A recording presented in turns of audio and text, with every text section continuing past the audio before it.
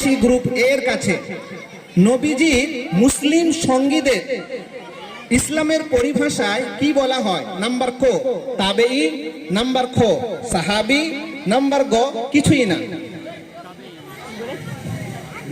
সাহাবী। সাহাবী উত্তরটি একদম সঠিক। নবীজির মুসলিম সাথীদের পরিভাষায় সাহাবী বলা হয়। এবার দ্বিতীয় কোশ্চেন নিয়ে চলে যাব সি গ্রুপের কাছে। দাওয়াতের কাজে রসুলের কোন চাচা সহযোগিতা করেন? নাম্বার ক আবু লাহাব, নাম্বার খ আবু তালিব, নাম্বার গ আবু জেহেল। কোশ্চেনটি হচ্ছে গ্রুপ সি এর কাছে। 15 সেকেন্ড সময় থাকবে, টাইম শুরু হচ্ছে। আবু তালিব। আবু তালিব উত্তরটি সঠিক। দ্বিতীয় কোশ্চেন নিয়ে গ্রুপ এর কাছে চলে যাচ্ছি। বালকদের মধ্যে সর্বপ্রথম ইসলাম ধর্ম গ্রহণ করেন ক হাসান রাদিয়াল্লাহু তাআলা, খ হুসাইন রাদিয়াল্লাহু তাআলা, গ আলী রাদিয়াল্লাহু তাআলা। হযরত আলী রাদিয়াল্লাহু তাআলা আনহু। উত্তরটি সঠিক। এবার বোনাস কোশ্চেন নিয়ে যাব গ্রুপ সি এর কাছে। প্রথম কোশ্চেন,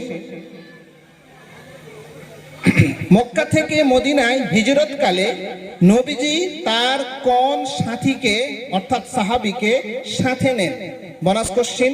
তোমরা কেউ বলবে না যতক্ষণ না বলেছি, চুপচাপ থাকবে। কোশ্চেনটি গ্রুপ সি এর কাছে, টাইম শুরু হচ্ছে।